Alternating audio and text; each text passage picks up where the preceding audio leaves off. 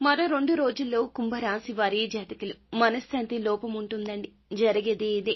ఈ యొక్క సిచ్యుయేషన్‌లో మీరు చాలా వరకు కూడాను కూరుకుపోతారు. అర్ధాష్టమ రాహువు గ్రహ ప్రభావం మీ అందరికీ కూడాను కాస్త మనశ్శాంతి లోపాన్ని కలగజేస్తుంది.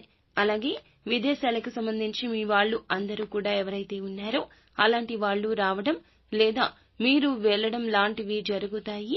ఇక ప్రశాంతవంతమైన జీవితం కాస్త దూరమవుతుంది. అనవసరపు ఖర్చులు అనేవి ఎక్కువ కాబోతూ ఉన్నాయి. చాలా వరకు కూడాను ఇప్పటి వరకు పడినటువంటి అన్ని రకాలైనటువంటి ఇప్పటి వరకు వచ్చిన గౌరవ మర్యాదలకు కాస్తంత అయితే భంగం కలిగించే అవకాశం ఎక్కువగా కనిపిస్తుంది.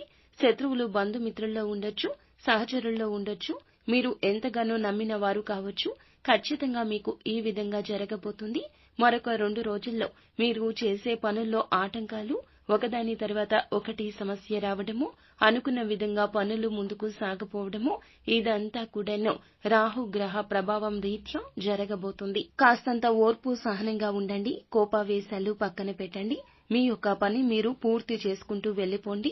ఎవరు ఏది అన్నా కూడాను ఆ యొక్క విషయం గురించి ఆలోచించకుండా, విషయాలు భూతద్దంలో పెట్టి చూడకుండా మీ మనస్సుకు మీరు నచ్చజెప్పుకుంటూ మీ యొక్క కుటుంబ సభ్యులతో సమయాన్ని కేటాయిస్తూ భగవంతునికి దగ్గరగా ఉండే ప్రయత్నం చేయండి. నిత్యం శని భగవానుని పూజించండి. శని మందిరానికెళ్లి శని పూజలు చేయించుకోవడం ఉత్తమ ఫలితాలు కలగజేస్తాయి. అంతా మంచి జరుగుతుంది. శుభం భూయాత్. మీకు ఇంకా ఇతరత్రా ఎటువంటి సందేహాలు సమస్యలు ఉన్నా ఒక్కసారి మా గురువు గారిని తప్పక ఫోన్ చేసి మాట్లాడి సమస్యల సత్వర పరిష్కారం పొందండి.